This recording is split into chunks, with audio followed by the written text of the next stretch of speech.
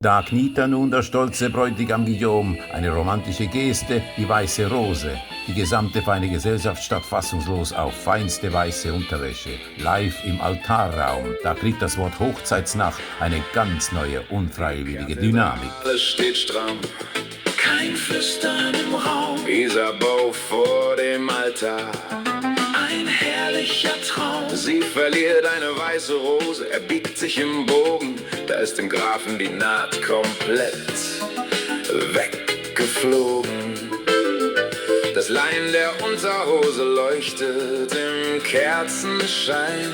Der Priester erstarrt, die Gemeinde fängt an zu schreien. Man muss das verstehen, wir schreiben 1350, die Pest ist gerade erst vorbei.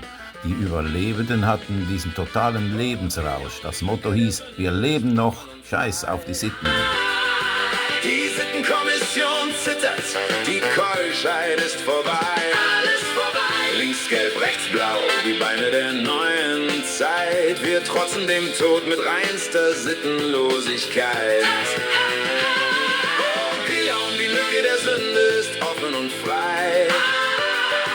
Die Sittenkommission zittert, die Keuschheit ist vorbei. Alles vorbei. Links gelb, rechts blau, die Beine der neuen Zeit. Wir trotzen dem Tod mit reinster Sittenlosigkeit. Spulen wir zurück, wie kam es zu dem Stück? Das Jahre 1350, die Welt spielt verrückt. Gestern lag noch die Hälfte im Pestdreck und stöhnte, heute feierte all das Leben, das verwöhnte. Wir leben noch, scheiß auf morgen, so lautete das Dekret. Und Guillaume zeigt stolz, wie man im ultrakurzen Wams geht. Also wurden die Röcke abgeschnitten, die Wämser mit Großhaar aufgepumpt und die Schuhe so lang gemacht, dass man darin kaum unfallfrei zum Alltag kam. Ein modischer Mittelfinger gegen den Sensemann. Werden einfach rasiert, wer heute noch Kotte trägt, wird gnadenlos blamiert. Das Wams mit Rosshaar vollgestopft wie ein aufgepumptes Tier. Die Arme kriegst du nicht hoch, aber Hauptsache die Kür.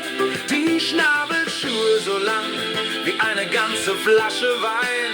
Man stolziert durch die Gassen und bricht sich fast das Bein. Oh, Guillaume, die Lücke der Sünde ist offen und frei. Die Sittenkommission zittert, die Keuschheit ist vorbei. Alles vorbei. Links gelb, rechts blau, die Beine der neuen Zeit. Wir trotzen dem Tod mit reinster Sittenlosigkeit. Zurück in der Kirche, das Raunen bricht sich Bahn. Die alten Matronen starren den Sündenfall an. Guck mal, der Graf, dem schaut das Hemde heraus. Der steht da unten nackt im Gottesschauß. Doch Guillaume bleibt eiskalt, bewegt sich nicht ein Stück. Er holt die weiße Rose für sein Hochzeitsglück. Das ist die pure Arroganz des Adels. Die Matronen kriegen Schnappatmung, aber Guillaume, der steht da und zieht die Schultern straff und tut so, als wäre die offene Lücke der letzte Schrei. Mit hochmütigem Blick und die Schöne lächelt stolz über das modische Stück. Wenn die Braut es akzeptiert, wird der Skandal zum Genie. Die Ritter raunen leise, solchen Mut sah man nie.